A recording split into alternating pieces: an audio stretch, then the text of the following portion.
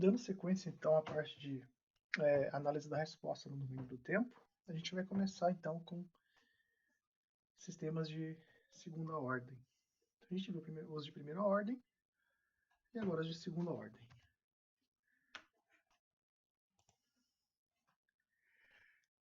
A diferença, então, maior que a gente vai ter do de primeira para o de segunda ordem é que o de segunda ordem ele tem diferentes respostas, dependendo de como que é a configuração dos polos do sistema.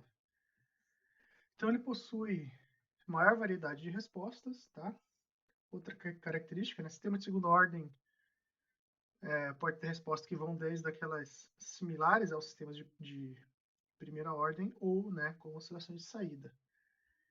Se teus polos forem, por exemplo, polos reais e diferentes, sendo que um desses polos é muito maior do que o outro, basicamente você vai ter um sistema de primeira ordem. Então, para a gente começar a analisar esses sistemas, tá?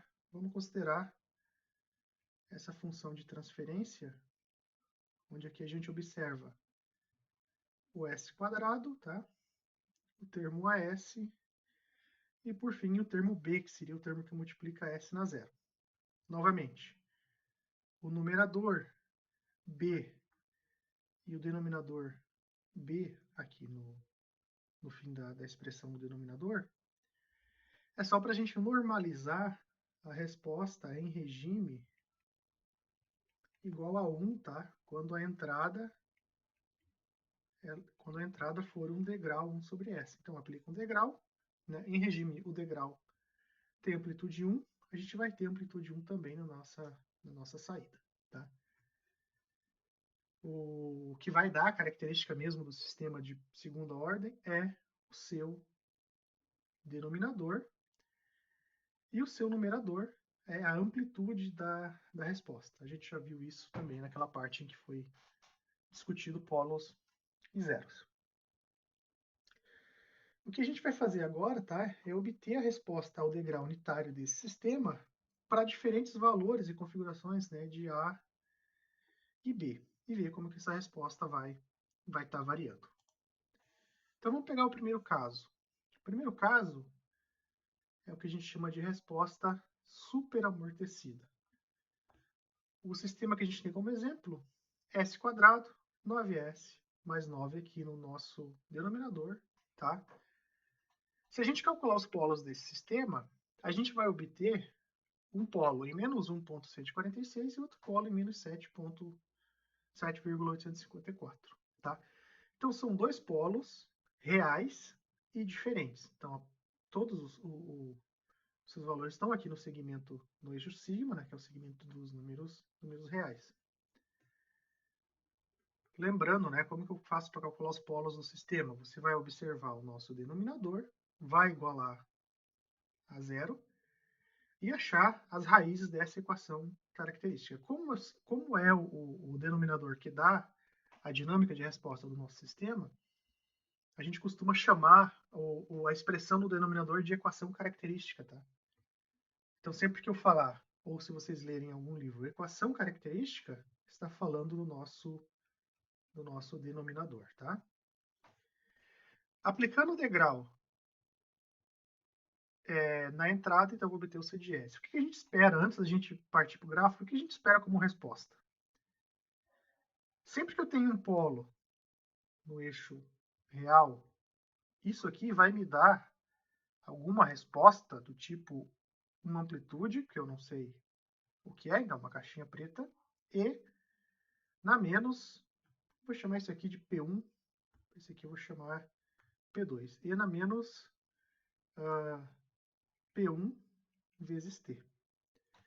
Já esse outro polo, tá, que eu vou aqui chamar polo P2, ele vai ser alguma coisa, tá, no domínio do tempo, que vai multiplicar E na menos P2 vezes T. Então, dois polos reais vão me dar, da parte da resposta natural, exponenciais, né, decrescentes por negativas, né, já que estão no semiplano da esquerda.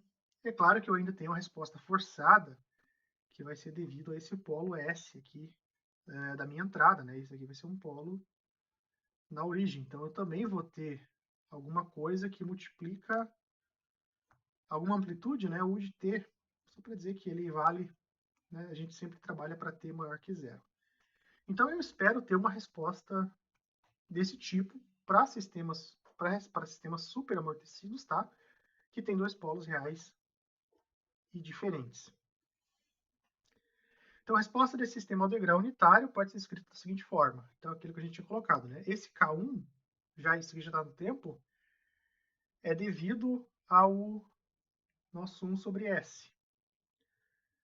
Esse E na menos 7,58T e o K3 E na menos 1,14T já são da nossa resposta natural, né? E está associada com a posição dos polos. Tá? Se a gente quiser saber o valor das constantes K, tem que fazer a expansão em frações parciais do nosso C de S, né? Então a gente vai ter S que multiplica S quadrado mais 9S mais 9 sobre 9. Então isso aqui você vai expandir em frações parciais. Um A sobre S mais um B S mais 7, 8 mais o termo C, S mais 1,14. Aí você, aqui eu chamei ABC, aqui é K1, K2, K3. É a mesma coisa, né? Já acontece de prova, o aluno sabe fazer com K1, K2, K3, mas não sabe fazer com ABC. Então, se você tiver interesse em saber esses valores, né, é só encontrar. Mas o que interessa para a gente, né? A gente sempre está trabalhando aqui com análise no domínio do tempo a partir da função da frequência, é saber qualitativamente que tipo de resposta que a gente espera, né? Então, a gente espera duas exponenciais e uma constante K1, que é a resposta forçada que depende da entrada. Se quiser saber as amplitudes, aí tem que, né, fazer expansão em frações parciais. Mas qualitativamente a gente consegue determinar essa resposta no domínio do tempo. Vamos só trocar o slide, né? Então, graficamente, né, traçando de forma gráfica aquele nosso C de T, então a gente tem essa resposta, tá? Então, 1 mais 0,17, esse aqui seria o nosso K1, esse aqui é o nosso K2 e esse aqui é o nosso K3. Então, ele é bem similar a um sistema de primeira ordem. Como que eu posso, né, olhando, identificar que isso aqui é um de segunda ordem, não de primeira ordem? Se a gente olhar com detalhe o início da nossa exponencial, vocês vão ver que aqui tem algo parecido, eu vou fazer exagerado, né? Parece um S, né, que ele faz aqui. Então ele tem uma inflexão, né? Você consegue enxergar claramente que aqui tem uma derivada, tá? Aqui você tem outra derivada. Então eu vou tirar de novo essa linha que eu desenhei para a gente enxergar melhor. Tá? Então bem no início ele faz uma barriga, né, por assim dizer. Ele faz então essa primeira barriga para depois ele faz exageradamente algo parecido com isso. Né? Ele começa aqui e depois vai lá. Então, essa primeira barriga, a gente observa que aqui tem uma exponencial mais rápida. Né? Quem gera essa exponencial mais rápida, tá? Quem gera essa exponencial mais rápida é esse termo e o que está multiplicando o polo associado ao menos 7,58. Por que a gente consegue afirmar isso? Né? Você vê que ele começa a tem alguma coisa interferindo na tua resposta apenas aqui no início. E depois esse efeito some. Se a gente traçar a resposta apenas dessa exponencial, ela cai a zero, tá? Ela vai para zero muito rapidamente. Como ela está com o valor mais à esquerda no nosso plano complexo, né? O valor menos 7 está mais longe da origem do que o menos 1,14, essa exponencial acaba sendo mais rápida. Então, esse valor aqui ele vai zerar enquanto essa exponencial ainda está começando a cair um pouco mais lentamente. Tá? Na verdade, a gente pode fazer uma aproximação de um sistema de segunda ordem superamortecido por um de segunda ordem superamortecido por um de primeira ordem. Se esse cara, né, se esse polo que está mais à esquerda estiver muito afastado, né, ele for cada vez mais para a esquerda, deixa eu voltar no outro gráfico que a gente consegue visualizar um pouco melhor. Se eu vou pegar esse polo e começar a afastar ele cada vez mais para a esquerda, então esse polo, menos 7,85, ele começa a se deslocar mais para a esquerda, essa exponencial acaba sendo cada vez mais rápida, enquanto essa exponencial no menos 1,14 é, comparado com a outra, cada vez mais lenta, né? Essa daqui mantém a velocidade, o tempo de resposta dela, enquanto essa cai a zero. Vai chegar um ponto que esse polo está tão afastado do polo em menos 1,14 que a gente pode simplesmente ignorar o efeito dele e dizer que o sistema é de primeira ordem, tá?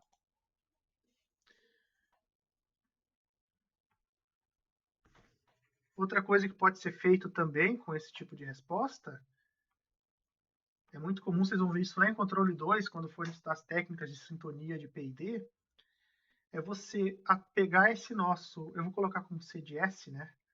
Modelar isso daqui como uma, eu vou colocar um com preto, né? Alguma coisa vezes uma, deixa eu só voltar que eu acho que esse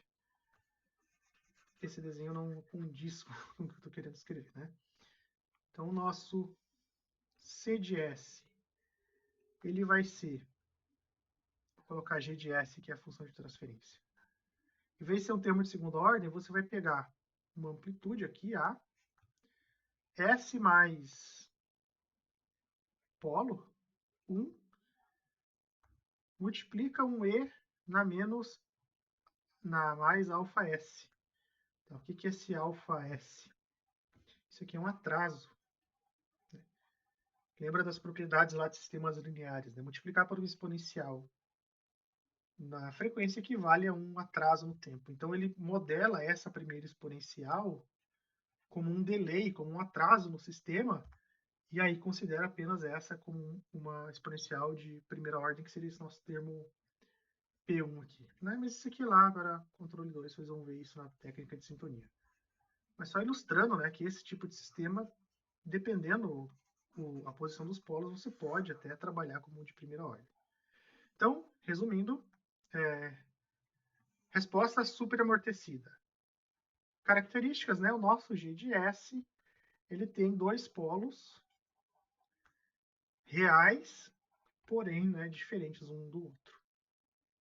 Isso é o que caracteriza uma resposta, um sistema cuja resposta é superamortecida.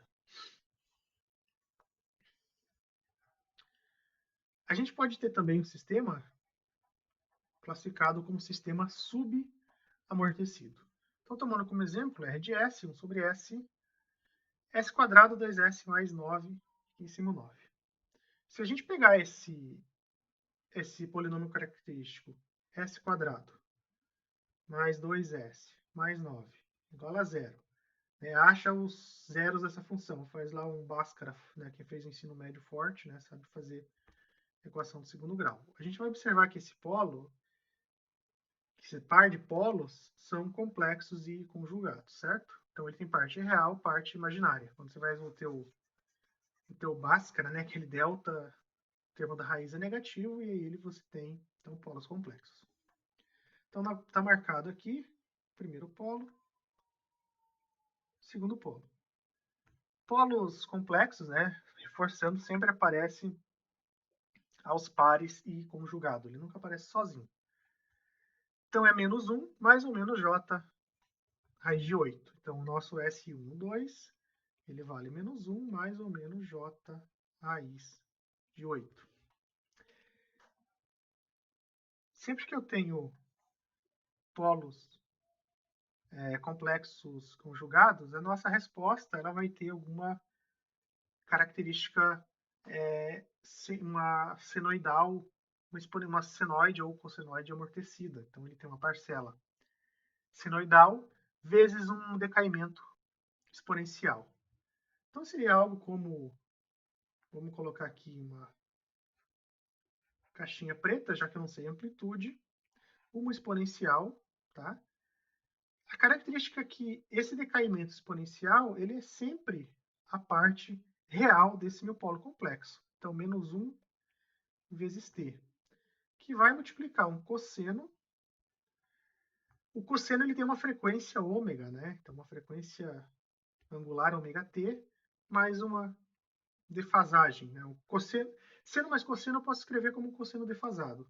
E a frequência de oscilação desse meu cosseno é a parte imaginária desse meu par de polo complexo, certo? Claro, né? Aqui eu ainda vou ter a resposta forçada, então eu vou ter alguma coisa.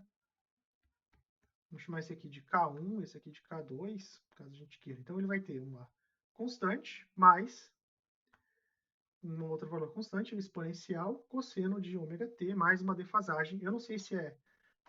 Às vezes, né, pode dar cosseno, pode dar seno mais cosseno, pode dar só cosseno, pode dar seno puro. Mas, de forma geral, seno mais cosseno, você pode fazer um cosseno defasado. Tá? Parte real é o meu decaimento exponencial, parte imaginária é a minha frequência de oscilação. Então, essa é a característica de um sistema subamortecido. Né? Ele vai ter, então, uma exponencial vezes um cosseno. Então, é uma senoide com um decaimento exponencial. Aqui é mais ou menos esse texto está explicando o que eu acabei de comentar, né, a respeito da característica. Né? Então, polos complexos, ele tem uma parte real sigma d, que no nosso caso é menos 1, mais ou menos j ômega d, gera uma resposta senoidal amortecida. Então, K1, que é a resposta natural, essa equação está separada cosseno mais seno, de forma geral. Mas, como eu comentei, você pode pegar esse K2 cosseno e esse K3 seno, somar todos eles e escrever como um cosseno defasado, e a amplitude também vai ser ponderada entre K2 e K3. Né? Mas ele tem o decaimento exponencial sigma d e o ômega d, que é a frequência de oscilação. Né? Nesse nosso exemplo, esse sigma d nosso vale 1, ou menos 1, que já tem um negativo, né? E raiz de 8 é a frequência de oscilação em radianos por segundo. Graficamente, essa resposta ao degrau vai ser obtida por esse gráfico que a gente está mostrando aqui. Né? Então, resposta do sistema subamortecido. A principal característica desse sistema subamortecido, né, como ele tem uma exponencial vezes um cosseno e um seno, a gente vai ver essa parte oscilatória e esse nosso decaimento que depende dessa parcela exponencial. Então, é como se esse nosso cosseno ele tivesse envelopado dentro dessa exponencial, né? Então, à medida que a exponencial vai, à medida que o tempo passa, essa exponencial ela vai tendendo a zero, esse produto aqui dentro também vai tendendo a zero. Qual que é outra característica que a gente consegue observar nessa resposta subamortecida, né? É esse overshoot, esse pico que ultrapassa o valor em regime. Então, aqui o valor em regime dele é 1, né? Então, certo ponto, ele tem um overshoot,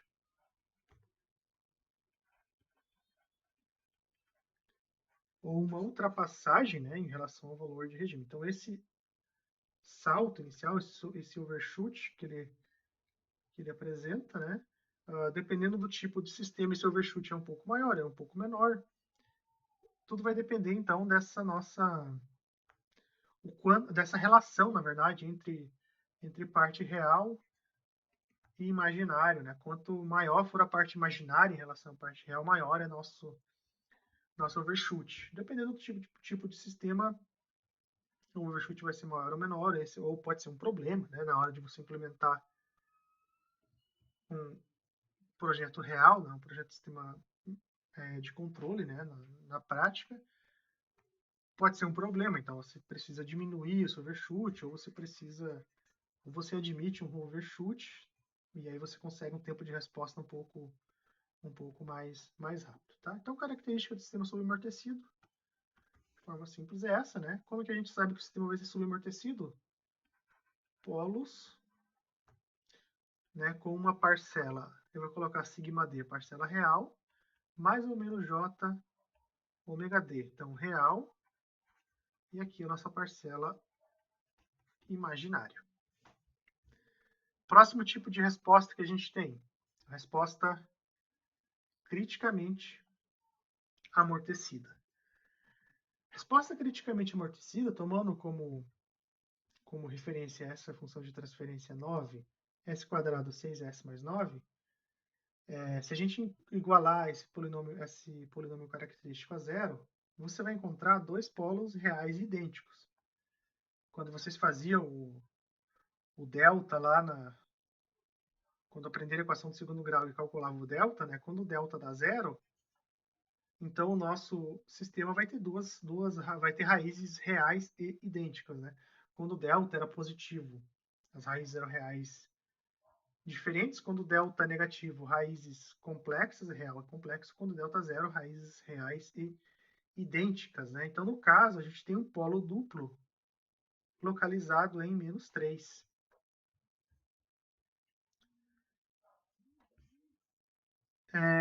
Esse aqui é uma resposta, não é tão direto, essa nossa... saber que tipo de resposta que isso aqui vai gerar, mas se a gente buscar aquela tabela dos pares de transformada de Laplace, por exemplo, no livro do Nise, traz esses pares de transformada, a gente vai ver que alguma coisa, uma amplitude, eu vou colocar como caixinha preta, porque a gente a princípio não sabe, essa amplitude, vezes t, vezes z na menos 3t, é a transformada de um sistema desse tipo, vai ser algo que possui, então, duas raízes reais idênticas. Então, é uma constante t, uma rampa, né, multiplicado por uma exponencial. Então, dando sequência, né, colocando de forma qualitativa o que a gente espera dessa resposta. Então, esse meu termo K3T, menos 3T, é aquele termo que eu comentei sobre a rampa vezes a exponencial. Esse termo que eu acabei não comentando na última ilustração naquele polo duplo, mas ele também pode ter um exponencial na menos 3t, né? Pode ser também que ele não tenha. Mas esse termo aqui, ele é obrigatório, né? Ele sempre vai aparecer. Esse outro depende um pouco da característica do sistema. E o nosso termo K1, né, que seria a nossa resposta forçada, né? Lembrando sempre que se a minha entrada é um degrau unitário, eu espero ver na minha saída algo similar a um degrau unitário, né? Um degrau unitário é uma constante, então eu espero ver uma constante também aqui na minha saída. Graficamente, né, como que fica essa resposta? Ela também, a gente, a princípio, pode se confundir com a resposta superamortecida, mas qual que é a grande diferença? Ela começa subindo exponencial, de repente, ela atinge o valor em regime muito abruptamente. Deixa eu só riscar aqui novamente.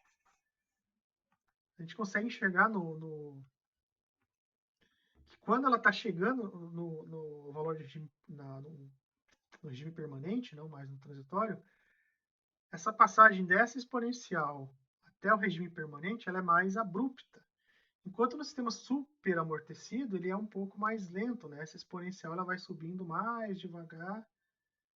Aqui, claro, estou exagerando um pouco no traço, né? Até chegar no valor de regime. Então, essa parcela no sistema superamortecido ela é um pouco mais suave. No sistema criticamente amortecido,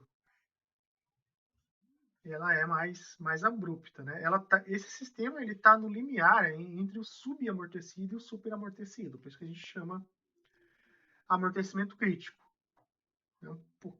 Porque o próximo passo daquelas raízes reais idênticas, elas começarem a ter uma parcela imaginária. Então, a gente começaria a ver um overshoot bem pequeno aqui nessa região, né? De fato, se a gente pegar o sistema subamortecido, né, sigma D, mais ou menos J ômega D, se essa parcela real for muito pequena, a gente até pode confundir os dois tipos de resposta, né? Porque esse overshoot vai ser tão pequeno que ele vai se aproximar de uma resposta criticamente amortecida. Então, finalizando, né, como que eu sei que o sistema é criticamente amortecido? Porque a gente tem polos reais iguais. Tá? Então, polos reais iguais, resposta criticamente amortecida. Para finalizar essa parte dos tipos de resposta, a gente também pode ter um sistema que a gente classifica ele como um sistema sem amortecimento. Como que é esse sistema sem amortecimento? Então, 9 dividido por s² mais 9. Se a gente pegar essa equação característica, s² mais 9 igual a zero, a gente vai ter raízes puramente imaginárias, J3, né? Se a gente vai igualar isso aqui, S quadrado igual a raiz quadrada de menos 9, né? Então, SJ menos 3. Então, a gente tem mais ou menos, né? A gente sempre esquece o valor negativo. J3 positivo, J3 negativo. Aí não tem erro, né? Puramente imaginário, a gente vai ter um sistema oscilatório. É um sistema cuja resposta natural dele é sempre oscilatória, é um cosseno na frequência ômega, ou um seno. É como, se vocês lembrarem de circuitos elétricos, se você pegar o circuito resistor, indutor e capacitor, se você fizesse teu resistor igual a zero, aqui você tem o L e o C, esse aqui é um sistema sem amortecimento. A frequência de oscilação desse sistema é 1 sobre raiz de LC. Ou, né, se a gente imaginar um sistema mecânico, como o nome já diz, é um sistema sem amortecedor, que é a parte do sistema mecânico que dissipa energia, né? Quem já observou o pessoal andando com carro rebaixado aí nas nossas avenidas, né? O cara tirou o amortecedor do carro para o carro ficar rebaixado. Então ele só vai ter a mola e a massa do carro, né? Obviamente tem perda no sistema, que é o amortecedor pequeno. Então qualquer buraco que ele passa, o carro sai oscilando, né? O pessoal que está lá dentro sai pulando lá dentro do carro, né? Então é um sistema sem amortecimentos, ou seja, no caso do sistema mecânico, sem atrito ou com amortecedor nulo, né? Você só tem a mola e a massa. Colocando então como que ficaria o tipo de resposta no tempo, né? Você tem então o termo oscilatório, que é o K2 cosseno de 3t, e o K1, né, da resposta forçada. Então ele vai ter lá uma amplitude que vai de 0 a 2, né? Já que essa parte cossenoidal ela tem um valor médio nulo, né? E aí ele vai deslocar, vai dar um offset nesse meu cosseno em K1. Então vamos ver como é que fica a resposta desse sistema. Então, aquele sistema transformado em inversa 1 menos cosseno de 3t, ele vai. Se a gente olhar só o cosseno, ele iria de menos 1 até 1. Como você está somando 1 da resposta forçada, ele vai de 0 a 2, né? E o valor médio dele é 1. Então ele vai ser um cosseno, tá? Essa frequência aqui é ômega igual a 3, ou se você quiser a frequência, né, ômega, eu sempre faço o contrário, né? Ômega igual a 2πf, né? Então, nosso F, ômega sobre 2π. Então, ele dá um valor.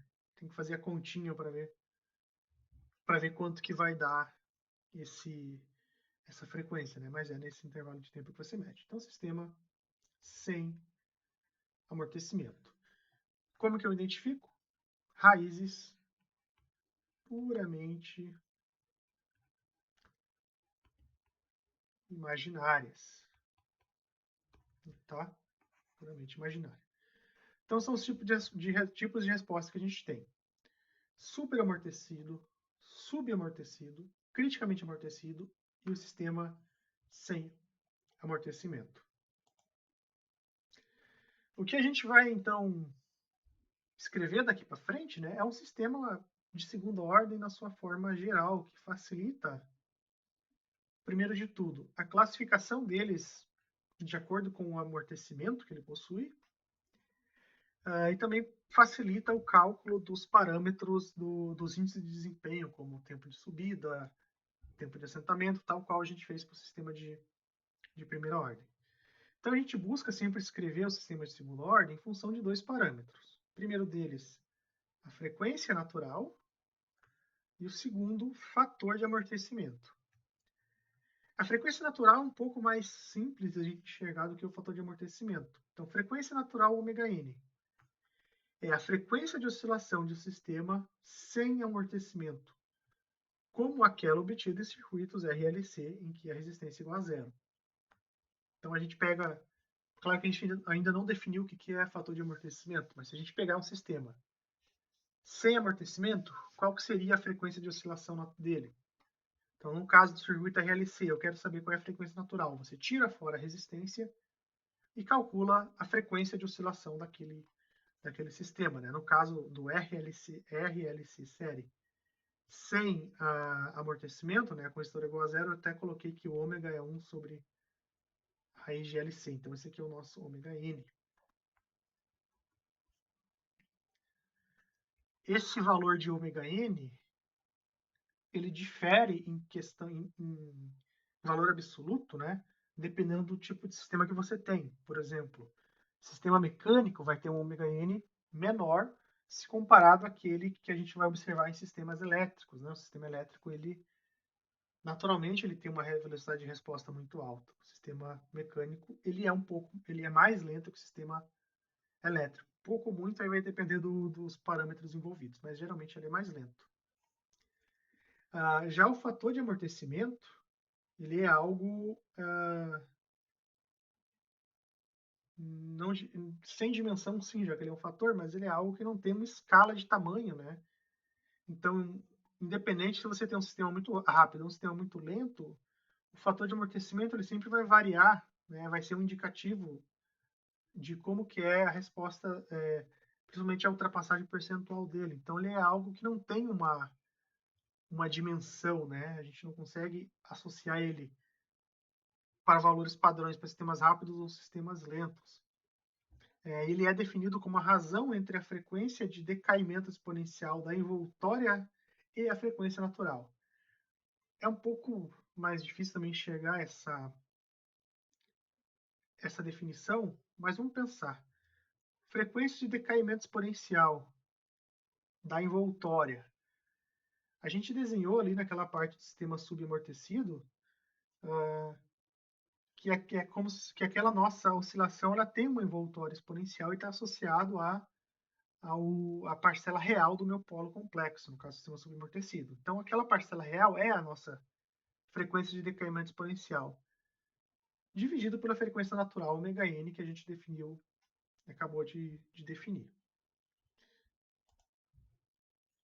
Tá? Continuando nessa parte, então, do fator de amortecimento. Então, a gente tem um sistema com uma oscilação senoidal, e aqui a gente tem um decaimento exponencial. Se eu dividir essa frequência de decaimento exponencial pela frequência natural, eu vou ter, então, o meu fator de amortecimento. Tá? Então, essa frase aqui, ó, além disso, o inverso permanece o mesmo, independente da base de tempo. Então, o fator de amortecimento, a gente não tem essa noção, né, pelo valor dele, se é muito alto, se é muito baixo. Se está associado a um sistema elétrico ou mecânico, por exemplo, já a frequência natural, não. Valores altos vão estar denotando um sistema com constante de tempo rápida, né, como circuitos elétricos. Parâmetros mais lentos pode estar associado a sistemas mecânicos e um pouco mais lentos, né, ou sistemas mais lentos de forma geral. Com essas definições que a gente fez, né, a gente vai tentar então escrever esse GDS genérico de segunda ordem que a gente estava trabalhando até então para um GDS de um sistema de segunda ordem numa forma padrão, em função desse amortecimento e desse nosso ômega n. Tá? Então, vamos pegar esse sistema geral, B dividido por S quadrado AS mais B. Com a definição da frequência natural, né, lembrando que é o quê? Frequência natural é a oscilação caso o fator, o amortecimento nulo. Então, se a gente pegar esse nosso AS e cancelar ele, aí a gente tem um sistema puramente oscilatório, certo?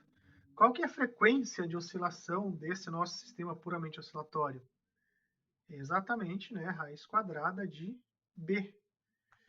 Então, o nosso ômega n, ele é igual à raiz quadrada de B, ou B igual a ômega n quadrado. Então, a gente já tem a primeira definição, tá?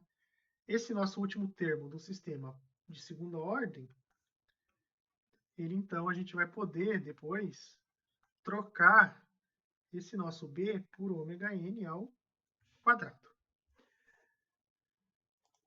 Resta agora, então, a gente escrever o nosso fator de amortecimento. Aqui é mais menos, tá? Aqui não ficou certo. Então, sigma d mais menos j ômega d. Então, para determinar esse fator de amortecimento, com base no sistema subamortecido, a gente vai tentar encontrar, a gente vai encontrar qual que é a parcela real do nosso par de polos complexos, né? Então, o par de polos complexos, sigma d mais ou menos j ômega d. Então, se você fizer lá aquela regrinha de Bhaskara, S quadrado mais AS mais B igual a zero. Se você estiver interessado só na parte real, você vai enxergar que essa parte real é menos A sobre 2. Então, pela definição de amortecimento, lembra o que é amortecimento? É o fator de decaimento exponencial, ou seja, é o módulo do meu sigma d. Por que em módulo? Porque ele tem tanto de um para cima quanto para baixo. E para o decaimento exponencial, o que importa mesmo é o módulo dele que a gente está trabalhando. Então, esse módulo do decaimento exponencial é o módulo da minha parcela real, do meu polo complexo, dividido por ômega n. Substituindo esse sigma d por A sobre 2, então a gente vai encontrar que A sobre 2 dividido por ômega n é a minha definição de amortecimento. Isolando A nessa expressão, o nosso A é 2 vezes amortecimento vezes o ômega n. Então, pegando aquela nossa expressão padrão, né? G de S, B, S quadrado mais AS mais B, então a gente vai escrever ela em função do ômega n. Então, a gente já encontrou que esse último termo é ômega n quadrado, e esse termo A é 2 vezes amortecimento vezes ômega n.